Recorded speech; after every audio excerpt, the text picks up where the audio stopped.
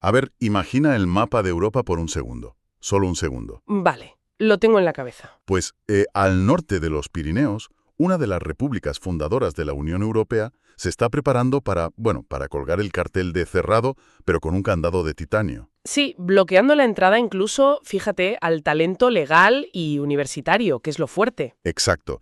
Y justo al sur, su país vecino acaba de poner en marcha un mecanismo administrativo que no tiene precedentes para imprimir prácticamente 1 millón de llaves para quienes ya están dentro de sus fronteras. Es un contraste brutal, la verdad. Totalmente. Por eso hoy vamos a hacer un análisis a fondo para diseccionar un documento muy exhaustivo que expone, digamos, la mayor fractura, el choque tectónico más profundo en las políticas migratorias de la historia reciente de Europa. Y hay que recordar que estamos en mayo de 2026, ¿eh? La divergencia entre estos dos países es absoluta. Pero, a ver, el objetivo de este análisis a fondo no es quedarnos en el titular llamativo de «Oh, ¿qué está pasando en las fronteras?», sino diseccionar el porqué. Claro, el por qué se están tomando estas decisiones tan diametralmente opuestas.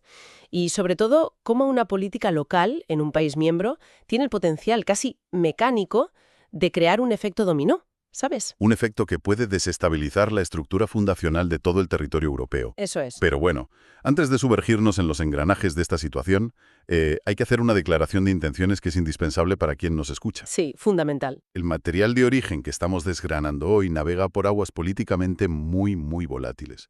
O sea, involucra decisiones de gobiernos de todo el espectro ideológico. Izquierda, derecha, de todo. De todo. Analizaremos medidas del gobierno de coalición de izquierda de Pedro Sánchez en España y cruzaremos esa información con las políticas impulsadas por la derecha y la ultraderecha en el resto del continente. Hablamos de actores como el Partido Popular y Vox en España o figuras internacionales de la talla de Giorgia Meloni y Geert Wilders. Y aquí viene la aclaración importante. Este análisis es estrictamente neutral. Nuestra labor aquí hoy no es validar, ni aplaudir, ni condenar, ninguna de estas posturas. Claro, actuamos simplemente como una lente de aumento, ¿no?, sobre los hechos, los datos y los mecanismos legales tal y como los expone la fuente original. Exactamente, para que quien escuche este análisis pueda procesar la información por su cuenta y, sacar sus propias conclusiones. Yo, como presentador, estoy seguro de que es el único enfoque válido. Y yo, como analista, estoy completamente segura también. Es la única forma de diseccionar un panorama tan complejo, entender la mecánica que hay detrás de la ideología. Vale, pues vamos a desgranar esto. Vamos directamente al epicentro del terremoto. El informe detalla una propuesta en Francia que, sinceramente, rompe todos los esquemas previos. Sí, plantean literalmente prohibir toda la inmigración durante 3 años. Y cuando la fuente subraya la palabra toda, no está hablando solo de reforzar patrullas marítimas o de agilizar deportaciones, ¿verdad? ¿Qué va, qué va? Habla de paralizar la inmigración legal. O sea, familias que buscan reagrupación, estudiantes de posgrado, ingenieros, trabajadores agrícolas, todos. Madre mía. De hecho, el ministro de Justicia francés es citado textualmente en el documento y declara algo así como «hemos llegado al límite». Es que es un parón de 36 meses. Y para entender la magnitud de esto, hay que mirar el mecanismo legal que pretenden utilizar, porque no se trata de un simple decreto. Ah, ¿no? ¿Va más allá? Mucho más allá. El plan incluye abrir en canal la Constitución francesa para establecer cuotas obligatorias. El objetivo, y cito como lo define el texto, es el fin de la inmigración tal como se concibe hoy. Uf, palabras mayores. Y fíjate en quién impulsa esto. Es Gerald Darmanin, una figura que ya en 2023 logró aprobar una durísima ley de inmigración apoyándose en los votos de la extrema derecha. Así que no es un globosonda político, es una hoja de ruta legislativa real. Ya, pero, a ver, hay algo que a mí no me encaja desde una perspectiva operativa. A menudo se usa la analogía de que esto es como tirar del freno de emergencia en un tren de alta velocidad, en lugar de simplemente reducir la marcha. ¿Es una buena comparación? Sí, pero a mí, leyendo los detalles del impacto en la fuerza laboral, me parece más bien como, no sé, como arrancarle la placa base a un ordenador central mientras está funcionando. Totalmente. Si pensamos en una economía europea que está hiperconectada, ¿cómo se justifica legal y económicamente paralizar por completo la entrada de talento, de investigadores o de mano de obra legal en un país moderno? Bueno, lo fascinante aquí es que el documento revela que la justificación ya no busca el equilibrio económico tradicional. Entonces, ¿qué busca? Responde a un cambio de paradigma muy profundo en la concepción del Estado. Hasta ahora, históricamente, El debate europeo trataba sobre cómo gestionar la irregularidad, el asilo y las fronteras exteriores. Claro, lo típico. Pero al incluir a los trabajadores legales y a los estudiantes en este bloqueo, Francia está enviando un mensaje clarísimo. El problema percibido por el legislador ya no es el estatus legal de quien entra. Sino el volumen. Exacto, el volumen y el impacto demográfico y cultural. Quieren detener el sistema por completo para reevaluar la capacidad de asimilación del país. Wow. Esto demuestra hacia dónde sopla el viento político en Europa. O sea, normaliza posturas de aislamiento total que hace una década habrían provocado la dimisión inmediata de un ministro en cualquier país de Europa Occidental. Y hoy se debaten abiertamente para incluirlas en la Constitución. Exactamente. Y resulta aún más sísmico cuando miras lo que está ocurriendo justo al otro lado de los Pirineos. Aquí es donde se pone realmente interesante la cosa. Cruzamos a España y nos encontramos con un escenario que el texto describe en una dirección diametralmente opuesta. Sí, con un nivel de detalle procedimental que es fascinante. El 14 de abril, el gobierno de Pedro Sánchez aprobó una regularización extraordinaria para otorgar documentación a una horquilla de entre 500.000 y 1.000.000 de personas. Personas que actualmente residen en situación irregular, claro. Exacto. Y los requisitos para entrar en este proceso son bastante específicos, ¿no? Sí, son el primer filtro mecánico que hay que comprender.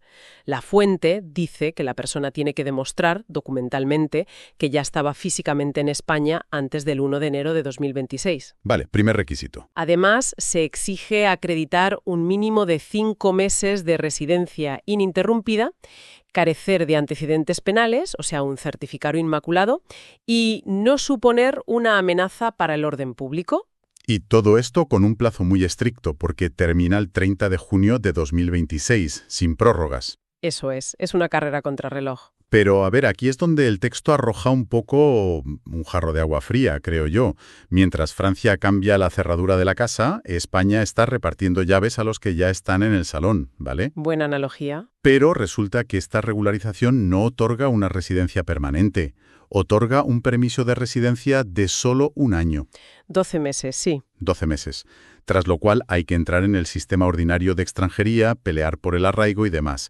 Mi duda crítica es, al dar un permiso de solo un año, ¿no es esto un parche temporal? ¿En qué sentido? Pues que deja a la gente vulnerable a futuros cambios de gobierno en lugar de ser una solución real. Es como construir una casa de paja, ¿no? Bueno, desde una lectura superficial podría parecer una situación de extrema vulnerabilidad, pero el informe desglosa muy bien cómo funciona la burocracia como escudo. La burocracia como escudo. A ver, explícame eso. Esos 12 meses no son solo una prórroga, son una ventana de tiempo crucial para generar historial. En el derecho público, denegar la entrada a alguien es rápido, pero revocar derechos a alguien que ya está dentro del engranaje es enormemente complejo. Vale, entiendo. Pero, ¿cómo se materializa ese escudo en la práctica para alguien que acaba de conseguir los papeles por un año? ¿Generando rastro documental? Como te decía, la fuente advierte que cuanta más integración documental se demuestre, más difícil será para cualquier gobierno revocar ese estatus. O sea, conseguir un número de la seguridad social, firmar contratos laborales, pagar impuestos. Exacto. Registrar contratos de alquiler, empadronarse, abrir cuentas bancarias. Si en el futuro un gobierno de otro signo quisiera revertir esto, no podría simplemente cancelar una ley de un plumazo. Tendría que ir caso por caso. Eso es. Tendría que iniciar procesos de expulsión individuales contra cientos de miles de personas que están sosteniendo la economía, y eso colapsaría los tribunales por completo. Madre mía, es usar la pesadez de la propia maquinaria del Estado para anclarse. Literalmente. Entiendo la estrategia jurídica, pero, claro, una medida así desata un terremoto político y demográfico interno brutal. El documento no se corta y habla de una guerra política brutal en España. Y no es para menos, viendo las reacciones. De una encuesta de abril que a mí me han dejado descolocado. Los datos sociológicos, sí, son reveladores. Es que exponen que el 67% de los españoles está en contra de la regularización, más de 2/3. Y el desglose por edades es lo que realmente rompe los esquemas. Y eso te iba a decir, el 80% de los jóvenes están en contra. A ver, yo me he quedado asombrado con esto.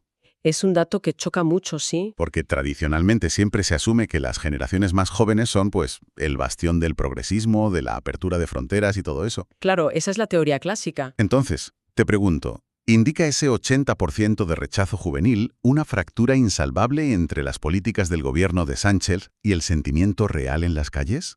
Esto plantea una pregunta importante. Y el documento sugiere que no es un simple giro ideológico hacia la derecha tradicional. Lo que sintetiza la fuente es que el rechazo a estas políticas ha dejado de ser un monopolio de la derecha. Ha permeado a toda la sociedad. A toda. Especialmente a los jóvenes. Y no por una cuestión de valores identitarios, sino por estricta competencia económica y escasez de recursos. O sea, compiten en el mercado laboral y de vivienda, ¿no? Exactamente. Refleja una ansiedad social mucho más profunda. Un joven que no puede emanciparse por el precio de los alquileres, ve la entrada de cientos de miles de nuevos actores regulares al mismo estrato del mercado como una amenaza matemática. Claro, es pragmatismo puro frente a un entorno de escasez. Totalmente. Y si conectamos este sentimiento español, ese 67% en contra, con el panorama general, vemos que España, a nivel gubernamental, es en realidad la excepción en Europa. No la regla. Para nada. Va en dirección contraria al tráfico. Pues hablemos del efecto dominó y de esa tensión continental, porque el documento contextualiza la situación con el mapa de Europa entero. Y ¡buf! Es demoledor. Es un giro sistemático en todo el bloque. Italia con Meloni está endureciendo fronteras al máximo. Hungría, bueno, bloqueando abiertamente a no europeos blancos. Alemania, que antes acogía a todo el mundo, retomando controles fronterizos físicos. Sí. Polonia directamente construyendo muros kilométricos. Y en los Países Bajos tienes a Wilders afirmando públicamente que el Islam es incompatible con Europa. A lo que hay que sumar el nuevo Pacto Europeo de Migración y Asilo, que exige más controles externos y agilizar las devoluciones. Y aquí es donde introducimos el punto crítico que, según la fuente, pone realmente nerviosa a Europa: la zona Schengen. Ese es el núcleo de la fricción. Porque los regularizados en España van a poder moverse libremente por toda Europa en cuanto consoliden su situación. Entonces, ¿qué significa todo esto? Es un choque de trenes legal. El que, fíjate, el espacio Schengen es como compartir un piso, ¿no? Si un compañero decide darle una copia de la llave del portal a 500.000 de personas, es bastante lógico que el resto de los inquilinos entren en pánico. Si conectamos esto con el panorama general que comentábamos, lo que parecía ser una política de extrema derecha hace 10 años, hoy es la postura de centro en Europa. Totalmente normalizada. Y la tensión, como concluye el análisis, es insostenible. Las políticas nacionales de España están otorgando derechos transnacionales europeos. Libertad de movimiento por 27 países. Eso es, lo que choca frontalmente con la tendencia del resto del continente a blindarse. O sea, ¿cómo va a tolerar Francia que entren cientos de miles de trabajadores desde España si ellos acaban de cerrar su propia puerta con candado? Es que es un colapso de diseño institucional tremendo.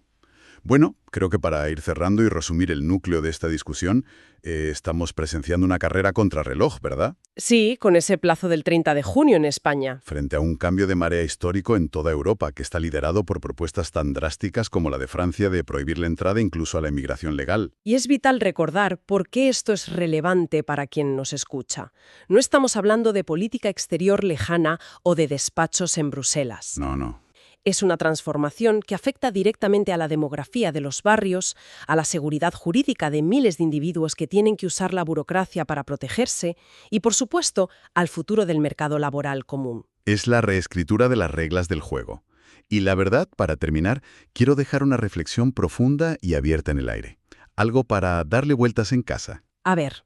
Si un país regulariza a cientos de miles de personas que adquieren libertad de movimiento en Schengen, justo mientras sus vecinos levantan muros y prohíbes legalmente la entrada. Es la gran paradoja. Claro, estamos presenciando no solo el fin de la inmigración tal como se concebía, sino el principio del fin del espacio europeo de libre circulación. Es una pregunta que da escalofríos, la verdad. Es para dejar que resuene. Muchas gracias por acompañarnos en este análisis a fondo. Ha sido un placer. Hasta la próxima.